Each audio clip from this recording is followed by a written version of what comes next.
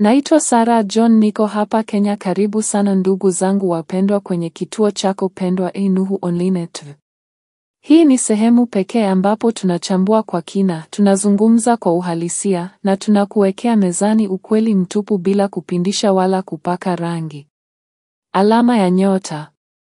Leo tunalizungumzia jambo zito.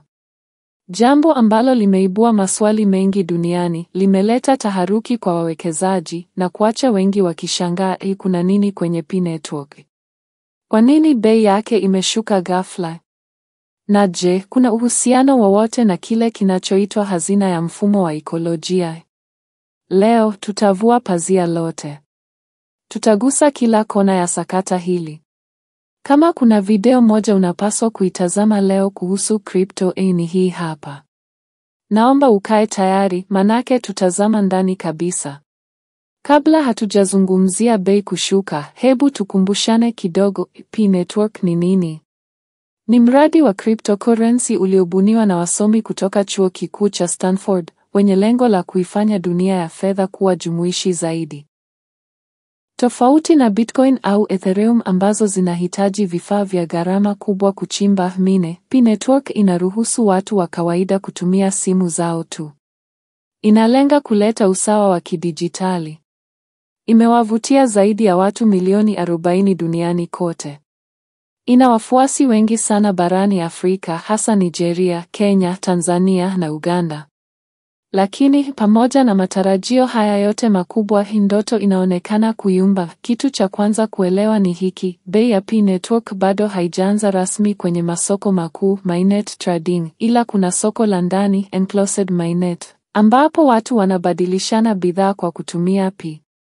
Lakini hivi karibuni taarifa zilivuja mtandaoni kuwa hazina ya mfumo wa ikolojia, ile sehemu ya sarafu iliyotengwa kusaidia maendeleo ya matumizi ya P, inasemekana haijatumika kikamilifu kama ilivyokusudiwa.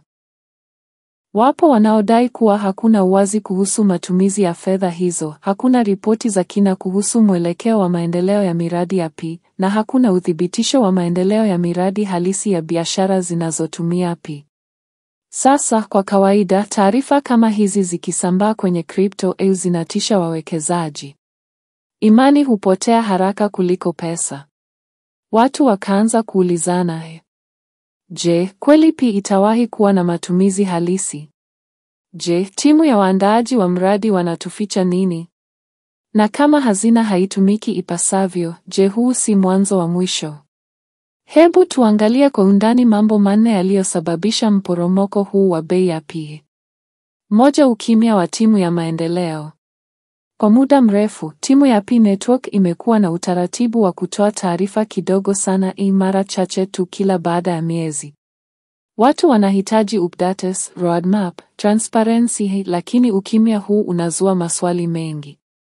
2, kutokuwepo kwa utility projects za kutosha. P-Network inategemea biashara zitakazokubali P kama malipo, lakini nyingi hazipo au hazieleweki madhubuti. Wakati watu wanadai kununua chakula au nguo kwa P, je, hizo biashara ni halali? Zina support ipasavyo? 3, Open Mainnet imechelewa sana. Tangu mwaka 2021 watu wamesubiri P ifunguliwe rasmi kwenye exchanges, lakini bado enclosed mainnet inaendelea. Hii inavunja matumaini ya wengi waliotarajia kuuza au kutumia P kama mali halisi. 4, mfumuko wa fake marketplace.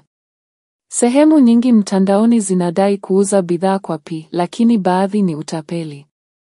Hii inazidi kuchafua jina la P-Network na kufanya watu waogope kuitumia. Baadhi ya watumiaji mitandaoni wanasema, tulijenga matumaini ya muda mrefu, tukachimba P kila siku, lakini sasa tunaona hali si shwari. Je, tulipoteza muda bure? Wengine wanahoji, kwa nini timu ya P haitoi mkakati wa wazi kuhusu hazina ya mfumo wa ikolojia? Tunahitaji kujua kila sarafu imeenda wapi. Na wengine bado wana matumaini.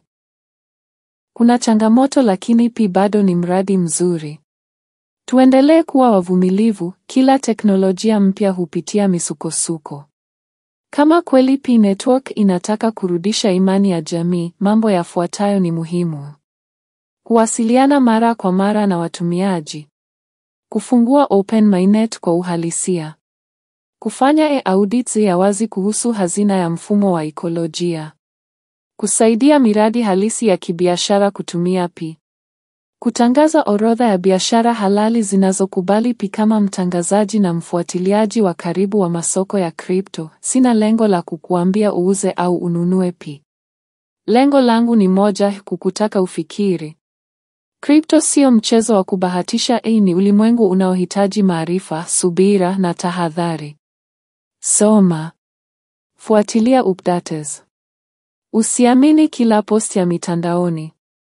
Na zaidi ya yote, kuwa na mipango ya muda mrefu. Kama umejifunza kitu kipya, bonyeza like, subscribe kwa Nuhu Online TV na comment hapa chini. Unadhani P bado ina nafasi ya kufanikiwa? Au huu ni mwanzo wa mwisho? Na usisahau kushare video hii kwa ndugu, marafiki na vikundi vya kripto tujifunze wote pamoja. Hii ilikuwa Nuhu Online TV, sauti yako ya uhalisia katika dunia ya kripto. Mpaka wakati mwingine, kae salama, kaeni makini na kaeni kwenye ukweli.